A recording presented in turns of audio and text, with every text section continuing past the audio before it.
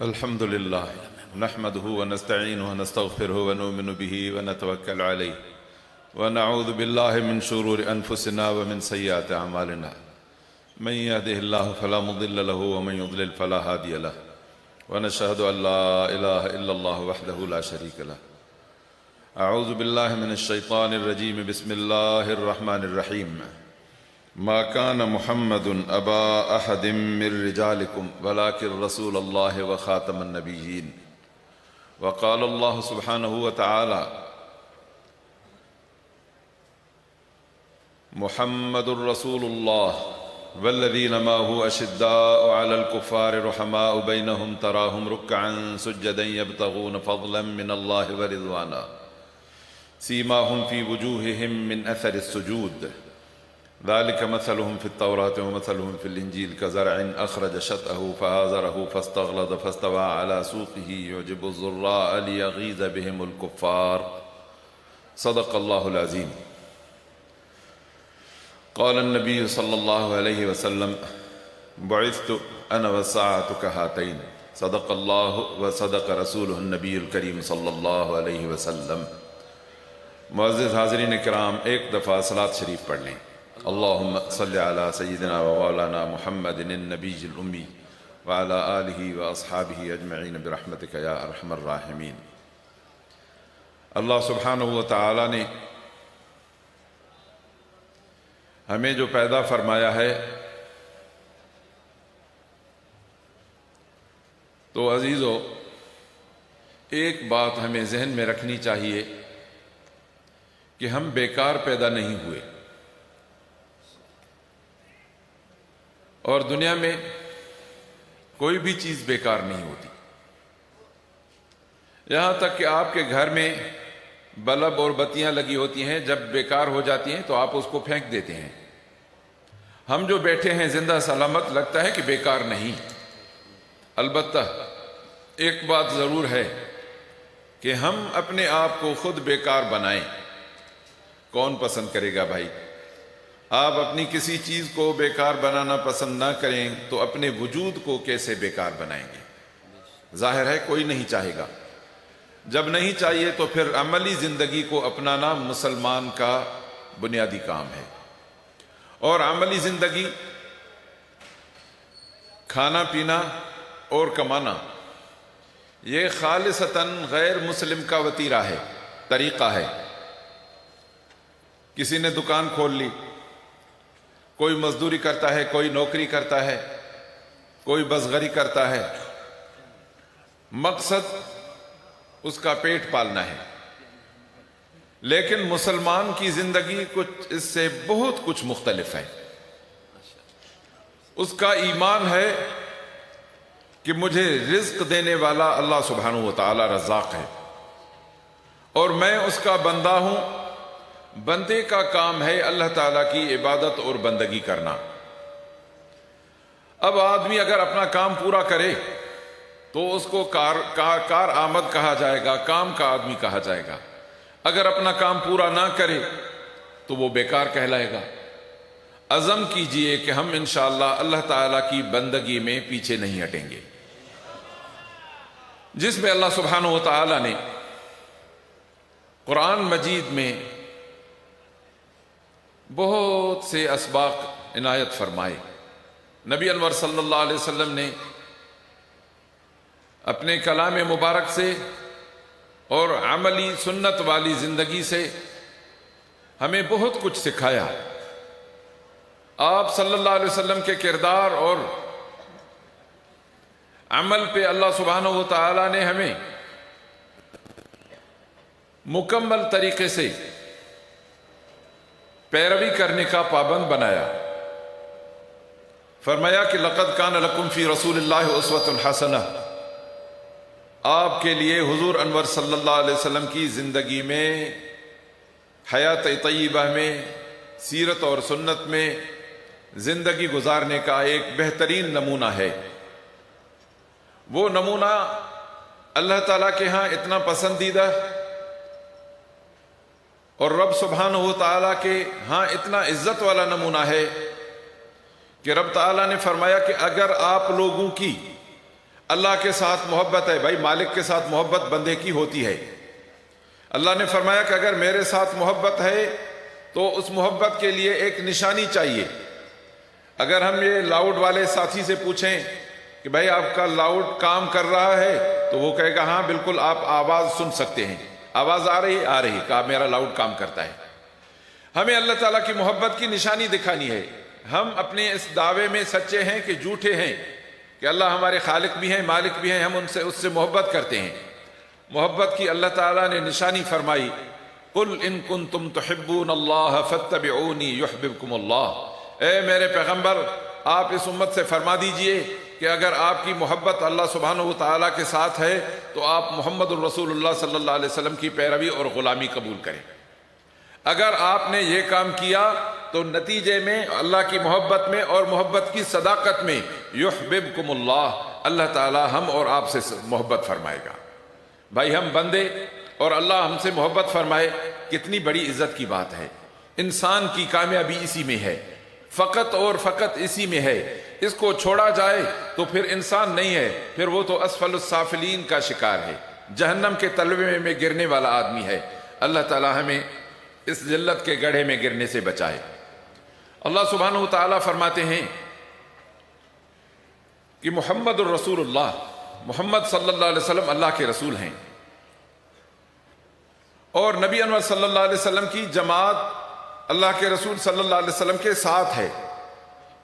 ساتھ کا مطلب وہی ساتھ جو صحابہ رضوان اللہ علیہم اجمعین، خلفائے راشدین کی قیادت میں اللہ کے رسول صلی اللہ علیہ وسلم کی زندگی میں بھی اور حیات طیبہ کے بعد بھی کس طرح نبی انور صلی اللہ علیہ وسلم کے پروگرام پہ چلتے رہے۔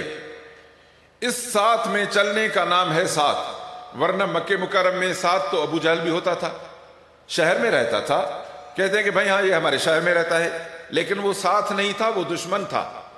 ساتھ وہ تھے جو حضور انور صلی اللہ علیہ وسلم کے پروگرام پہ چلتے تھے۔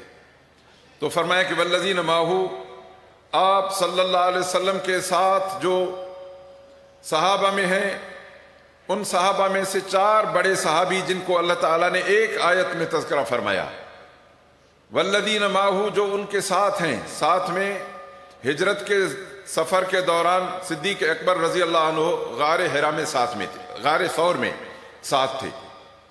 اشداء علی الکفار، دوسرا گواہ محمد رسول اللہ صلی اللہ علیہ وسلم کی نبوت کا، جو کفار کے لیے ہر وقت ننگی تلوار ہوتے تھے، حضرت عمر رضی اللہ عنہ۔ رحماء بینہم، آپس میں بڑا پیار اور محبت، شفقت اور رحمت، کہ اپنی پیاری چیز دنیا اور دولت صحابہ پہ لٹانے والے ذی النورین حضرت عثمان رضی اللہ عنہ، تیسرے گواہ۔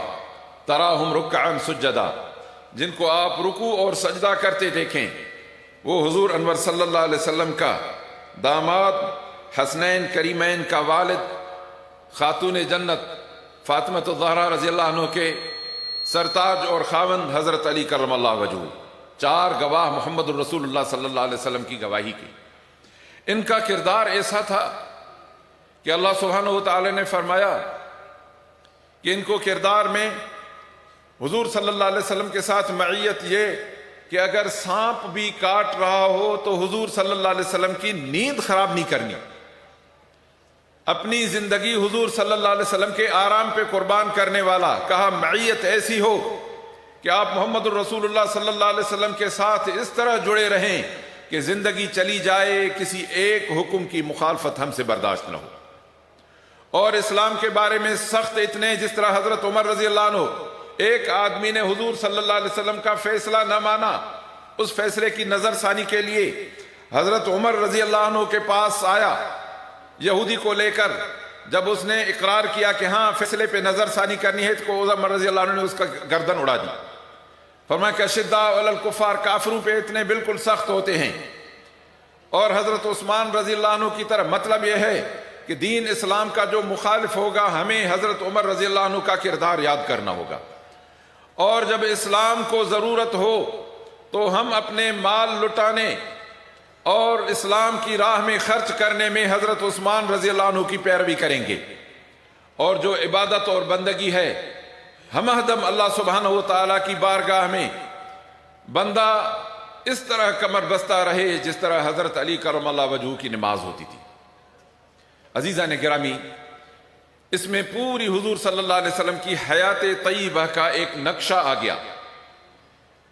فقط حضرت صدیق اکبر رضی اللہ عنہ کے کردار کو اگر لیا جائے تو جس مقصد سے ہم جمع ہیں یہ ختم نبوت کا پروگرام ہے، تو حضرت صدیق اکبر رضی اللہ عنہ کا کردار ہمارا رہنما اصول بنتا ہے اور باقی سب اس کے ساتھ ہیں۔ اس اصول کے بنیاد پہ ہم اس طرح زندگی گزاریں جو ہم نے صحابہ کرام رضوان اللہ علیہم اجمعین کو کرتے دیکھا، کیونکہ اللہ سبحانہ و تعالیٰ فرماتے ہیں کہ میں صحابہ سے راضی، ان کو میں نے کامیاب کیا، پاس کیا اور جنت میں داخل کیا اور ان سے راضی ہو گیا۔ فرمایا کہ والذین اتبعوہم بإحسان، یہ جو امت مسلمہ ہے اگر یہ بھی ان کے نقش قدم پہ چلے گی تو اللہ فرماتے ہیں کہ میں نے انہیں کامیاب بھی کرنا ہے، پاس بھی کرنا ہے، راضی بھی ہونا ہے اور جنت میں بھی داخل کرنا ہے۔ اتنی ساری اللہ تعالیٰ نے نوازشات کا دروازہ ہمارے لیے کھول کے رکھا ہے، فقط کام یہ ہے کہ صحابہ کے نقش قدم پہ چلیں۔ تو عزیزان گرامی، صحابہ کا ایک کردار تھا، فرمایا کہ یہ ایک ایسی کھیتی تھی جس طرح آپ کھیتی لگاتے ہیں، کھیتی سرسبز ہوتی ہے، پھر اس میں اناج ہوتا ہے تو آپ لوگ بڑے خوش ہوتے ہیں۔ فرمایا کہ محمد الرسول اللہ کی کھیتی یہ صحابہ تھے، اشداء علی الکفار، کافروں کے لیے شیشے کی دیوار، رحماء بینہم، آپس میں انتہائی محبت کے ساتھ، ہمیں بھی کفار کے لیے شیشے کی دیوار بننی ہے اور آپس میں کلمہ گو جتنے بھی مسلمان ہیں تمام فرقے واریت کو چھوڑ کر آپس میں ایسے بن جائیں گے کأنہم بنیان مرصوص، گویا کہ کوئی دراڑ نظر نہ آئے، ایک ہی دیوار نظر آئیں تاکہ کافر اگر اس سے ٹکرے تو پاش پاش ہو جائے، کافر بچ نہ پائے۔ تو اللہ سبحانہ وتعالیٰ فرماتے ہیں کہ یہ ایک ایسی کھیتی ہے، یعجب الزراء، کھیت لگانے والے کو وہ کھیتی دیکھ کر بڑی خوشی ہوتی ہے، اور لیغیظ بہم الکفار، کافر اس سے بڑے جلتے ہیں، کڑتے ہیں۔ دو باتیں میں عرض کر کے آپ سے اجازت چاہوں گا کہ ہم جس فتنہ سے مقابلے میں ہے وہ ہے فتنہ قادیانیت۔ مختصراً اس فتنے کے پیچھے یہودی ہے، اور یہودی نے انگلینڈ کی حکومت، برطانیہ کی حکومت کو سامنے لا کر ہمارے ملک میں قادیانیت کا بیج بویا تھا۔ یہ ان کی کھیتی ہے، اللہ تعالیٰ نے اس کو ناکام بنایا ہے اور بناتا رہے گا۔ تو آج تک لندن والے کافر اور ان کی پیٹھ پر یہودی جو انسان ذات کے دشمن ہیں، ان کی تازہ دشمنی، پرانی دشمنی افغانستان میں خون کی ندیاں بہتی، تازہ دشمنی فلسطین میں مسلمانوں کے خون کی ندیاں بہتی آپ دیکھتے ہیں۔ یہ اس طرح کے ظالم ہیں کہ مسلمانوں کے کبھی بھی یہ بہی خواہ نہیں ہیں، خیر خواہ نہیں ہیں۔ ان کی تکلیف کا اندازہ لگانے کے لیے میں آپ کو دو باتیں بتاؤں گا۔ حضرت والد گرامی نور اللہ مرکزہ ان کے خطابات ریکارڈ کرتے تھے، تو ایک ہمارے دوست ہوتے تھے، وہ کہتے تھے کہ یار آپ کے مولوی عجیب لوگ ہیں۔ وہ کہتے ہیں کہ یہ قادیانی انگریز کی کاشت کردہ فصل ہے۔ انگریز کا کیا گیا، انگلینڈ کو کیا ضرورت ہے کفار پیدا کرنے کی اور قادیانی پیدا کرنے کی؟ میں نے کہا بھائی ہمارے اکابرین کی بات ہے، اگر آج ہوتے تو تمہیں جواب دلاتا۔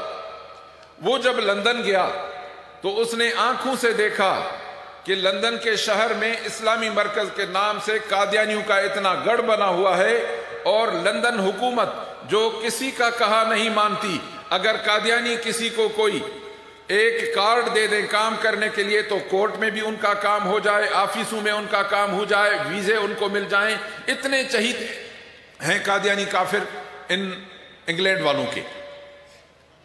تو جب واپس آیا تو اس نے کہا کہ بالکل آپ کے عالم صحیح کہتے ہیں، اور یہ قادیانی واقعی انگلینڈ کی حکومت کی پیداوار ہیں۔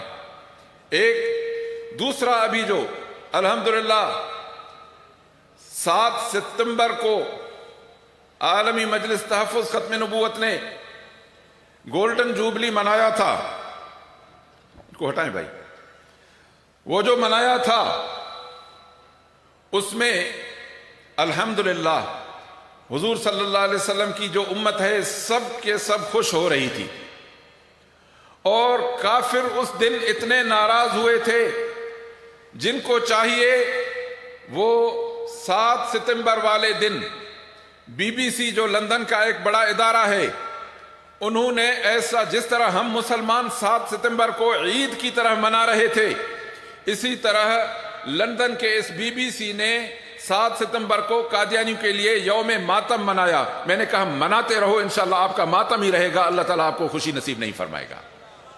اس دن آپ سن کر دیکھیں، جا معلوم کریں، ان موبائلوں بڑے موبائلوں میں ہے، 7 ستمبر کو بی بی سی والوں نے تقریباً 10-15 منٹ کا پروگرام میں نے خود دیکھا، اسی طرح اس پہ پیٹ رہے تھے اور رو رہے تھے جس طرح ماتم کر رہے ہوں، اس لیے کہ ان کا ان کے ساتھ تعلق نہیں ہے، ہماری کسی خوشی میں شریک نہیں۔ ہم نے کہا تھا کہ آج عالمی تحفظ ختم نبوت یوم الفتح ہے، انہوں نے ان کو قادیانیوں کے لیے یوم سیاہ منایا تھا، انشاءاللہ ہمیشہ یہ یوم سیاہ مناتے رہیں گے۔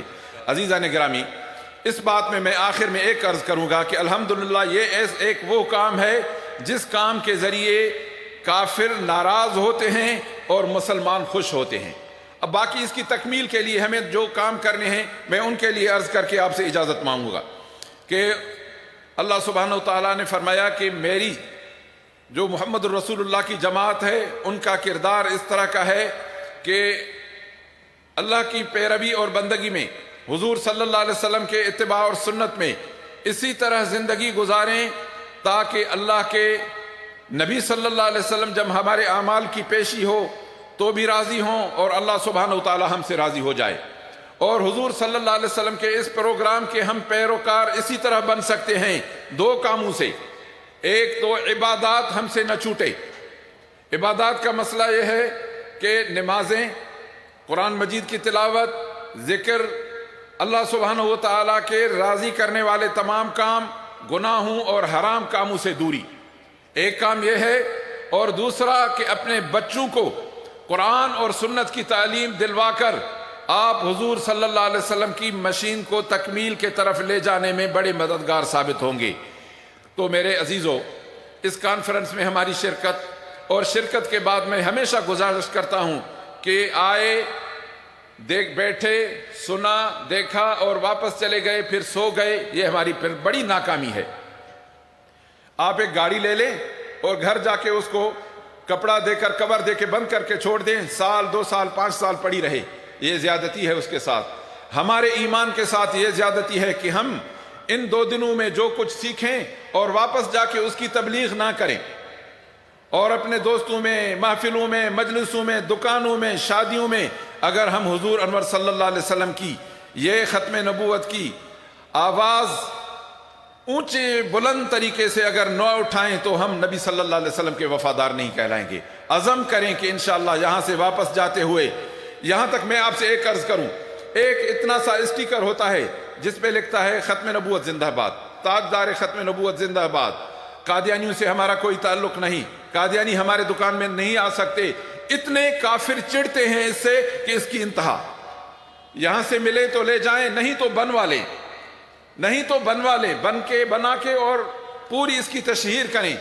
ہو سکتا ہے کہ ایک کاغذ کا چٹکا قیامت کے دن ہمارے لیے نجات کا باعث بن جائے۔